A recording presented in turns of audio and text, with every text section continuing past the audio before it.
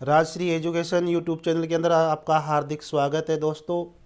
आज हम पढ़ेंगे राम मनोहर लोहिया का चौखंबा राज्य की संकल्पना। 4 पिलर स्टेट ये क्या है, आपसे पूछा जा सकता है सिंगल पर्सन देकर क्वेश्चन देकर कि चौखंबा राज्य की संकल्पना किस विद्वान ने दी है। 4 ऑप्शन आएंगे तो आपके सामने सही आंसर रहेगा राम मनोहर लोहिया ने 4 पिलर स्टेट की संकल्पना दी कि एक जो देश होता है उसके 4 पिलर होते हैं। ठीक है, अब मैं आपको ये बताना चाहूँ कि उसने ये 4 पिलर स्टेट की संकल्पना क्यों दी, क्योंकि वो हर चीज़ को विकेंद्रीकरण करना चाहता है। किसी भी चीज़ का केंद्रीकरण न हो, विकेंद्रीकरण होना चाहिए। और जब विकेंद्रीकरण होगा जब भी समाज का विकास होगा, अर्थात समाजवाद बनेगा। तो विकेंद्रीकरण के स्थान पर वो विकेंद्रीकरण की बात करना चाह रहे थे कि जो ऐसी चीज जो केंद्रीकरण वाली व्यवस्था को बढ़ावा देती है उसको समाप्त कर दिया जाए, और जो विकेंद्रीकरण वाली जो व्यवस्था है उसको बनाए रखे। इस तरह की वो बात अपने इस 4 पिलर स्टेट की संकल्पना में वो देते हैं। साथियों, राम मनोहर लोहिया ने एक बुक लिखी, उस बुक का नाम ऑस्पेक्ट्स ऑफ सोशलिस्ट पॉलिसी 1952 में ये प्रकाशित होती है। और इस बुक के अंदर ही उन्होंने अपना 4 पिलर स्टेट चौखंबा राज्य की संकल्पना दी थी। क्या है चौखंबा राज्य की संकल्पना? देखिए, ये कोई स्टेट है, अपना देश है। मैं कहूँ कि राज्य, ये अपना देश है और इस देश के 4 पिलर बताए हैं उसने। पहला गांव, दूसरा मंडल, पहला गांव, दूसरा मंडल बताया है, और उसके बाद में प्रांत या राज्य, और यहाँ पर आएगा संघ या संघ सरकार या देश, संघ सरकार या देश भी ले सकते हैं, कंट्री भी लिख सकते हैं। तो इस तरह से एक जो देश होता है उसके ये 4 पिलर बताए थे, और ये 4 पिलर की जो उनकी विचारधारा है उसी को चौखंबा राज्य की संकल्पना कहते हैं। गांवों के बारे में वो कहना चाहते हैं कि गांवों के अंदर कुटीर उद्योग होने चाहिए, छोटे छोटे उद्योग होना चाहिए। हथकरघे जैसे जो महात्मा गांधी जी की जो विचारधारा थी कि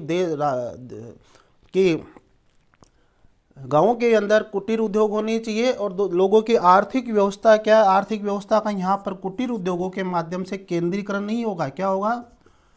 विकेंद्रीकरण होगा। ठीक है, विकेंद्रीकरण होगा। और इसी विचारधारा के आधार पर उन्होंने कहा है कि हर गांव के अंदर कुटीर उद्योग हो, वहाँ की आर्थिक स्थिति विकेंद्रीकरण रूप में हो, किसी प्रकार की ज़्यादा निजी संपत्ति नहीं होनी चाहिए। और इसी बात को लेकर उन्होंने ये कहा कि न केवल हमारे भारत में पूरे विश्व के अंदर ऐसी कुटीर उद्योग जैसी, गांवों की प्रशासन जैसी व्यवस्था होनी चाहिए। गांव खुद आत्मनिर्भर होना चाहिए। ऐसी सरकार को योजना चलानी चाहिए जिससे कि पूरा का पूरा विश्व, न केवल भारत के संदर्भ में, उन्होंने पूरे विश्व के बारे में कहा। तो विश्व संसद या विश्व सरकार की संकल्पना भी किसने दी? राम मनोहर लोहिया ने दी थी। तो इस तरह से वो गांवों के माध्यम से भी देश में समाजवाद विकसित करना चाहते हैं। ठीक है, ये बात। दूसरा कि मंडल स्तर पर, मंडल का मतलब होता है यहाँ पर जिला, क्या होता है? और जिला के ऊपर जो जिला कलेक्टर होता है, जिला कलेक्टर, जो जिला न्यायाधीश होता है, जिला न्यायाधीश होता है। तो जिला न्यायाधीश के बारे में ये कहना चाहते हैं कि ये जो कलेक्टर का जो पद है, जो जिला स्तर पर जो कलेक्टर का पद है, वह कहीं ना कहीं प्रशासनिक व्यवस्था का केंद्रीकरण करता है। क्या करता है?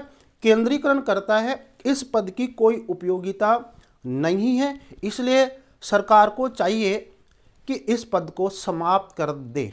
ठीक है, तो आपको ये पूछा जा सकता है कि निम्न में से कौन सा वह पद है जिसे राम मनोहर लोहिया समाप्त करना चाहते थे? तो वो है कलेक्टर का पद, जिला न्यायाधीश का पद। ऐसे भी जिला कलेक्टर भी आ सकता है, जिला न्यायाधीश का पद भी आ सकता है, ऐसे है। और ऐसे भी तो किसी भी तरीके से आपसे पूछा जा सकता है कि जिला कौन सा वह पद है जिसे वह कौन से स्तर पर समाप्त करना चाह रहे थे? तो वह है जिला न्यायाधीश का पद, जिसको मंडल स्तर से वो समाप्त करना चाहते थे। तो ये आप ये याद रखिए, बहुत इंपॉर्टेंट क्वेश्चन है, यहाँ से आपसे पूछा जा सकता है।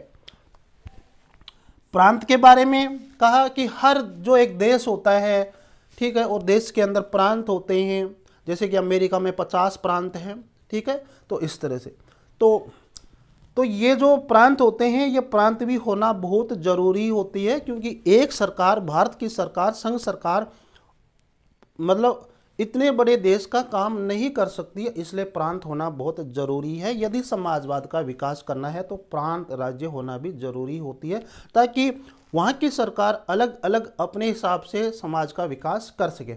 और संघ सरकार तो सबके ऊपर होती है, जैसे भारत सरकार है, संघ सरकार है, संघ है, तो वो तो सबके ऊपर होती है।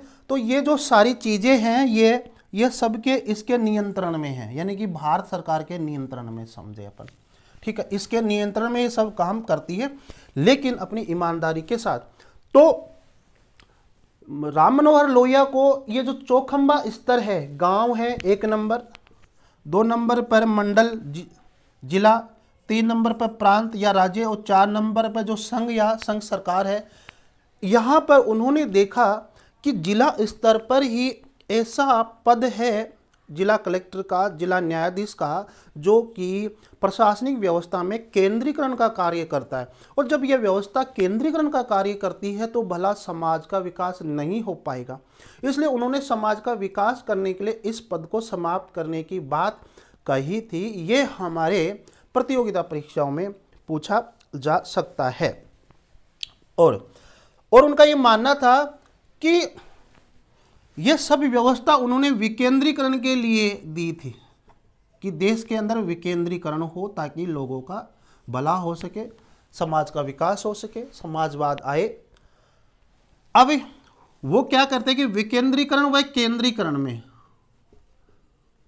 आपसे पूछा जा सकता है कि वह कौन सा विद्वान है जो केंद्रीकरण और विकेंद्रीकरण दोनों के अंदर समन्वय और सामंजस्य स्थापित करके एक अपने समाजवाद को विकास करना चाहते थे। यह भी पूछा जा सकता है कि वह विचारक कौन सा है जो आध्यात्मिक और भौतिक रूप का समन्वय करके समाजवाद का विकास करना चाहता है। तो किसी भी तरीके से पूछा जा सकता है, वो भी सही है। और ये भी सही है कि वो केंद्रीकरण और विकेंद्रीकरण का सामंजस्य करके समाजवाद का विकास करना चाहते हैं, ये भी सही है। और भौतिक और आध्यात्मिक दोनों को सामंजस्य करके समाजवाद को खड़ा करना चाहते थे, ये भी सही है।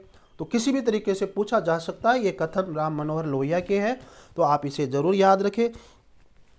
उन्होंने ये समझाया कि जिस प्रकार से एक जो छत होती है, जो एक महल होता है, हमारे घर की जो छत होती है, ये हमारे घर की छत है, ठीक है। और ये छत क्यों टिकी हुई है, हवा में टिकी हुई है, ये छत क्यों टिकी हुई है? क्योंकि ये 4 पिलरों पे स्थित है, ठीक है। ये 4 पिलरों पर स्थित है ये, ठीक है, ठीक है। इसकी नींव मजबूत है, ये 4 पिलरों पे स्थित है, इसलिए ये जो छत है वो टिकी हुई है। तो इसी बात को लेकर उन्होंने अपने हमारे देश के अंदर उसने 4 पिलर स्टेट की संकल्पना दी। क्यों दी वो आपको पता लग गया होगा साथियों कि उन्होंने केंद्रीकरण के स्थान पर विकेंद्रीकरण की बात की थी, कि देश का विकेंद्रीकरण के माध्यम से समाज का भला हो, देश का भला हो, राज्य का भला हो, समाजवाद आए। और न केवल भारत के संदर्भ में समाजवाद की संकल्पना दी थी, उन्होंने एशियाई समाजवाद की संकल्पना दी थी, ठीक है। तो ये है उसका चौखंबा राज्य की संकल्पना। ये क्या है? उसकी चौखंबा राज्य की संकल्पना है साथियों। तो अब आप समझ गए होंगे कि ये जो जितने भी 3 स्तर है ये संघ सरकार के अंदर में काम करते हैं। यदि ये लोग, ये जो संस्थाएं हैं, यहाँ पे जो संस्थाएं हैं, यहाँ पे जो पद है, यदि संघ सरकार के नियंत्रण में कहने में काम नहीं करती है तो उसको हटाया जा सकता है। लेकिन उन्होंने जिला कलेक्टर के पद को तो बिल्कुल नकार दिया था, उससे असहमत थे, क्योंकि वह केंद्रीकरण, एक जो प्रशासनिक जो व्यवस्था का जो केंद्रीकरण का काम कर रहा था उस जमाने के अंदर, तो इसको कहते हैं कि समाप्त कर दो। तो ये आपसे पूछा जा सकता है। नमस्कार दोस्तों, जहां रहो मस्त रहिए। धन्यवाद। वीडियो को लाइक शेयर सब्सक्राइब करते रहिए।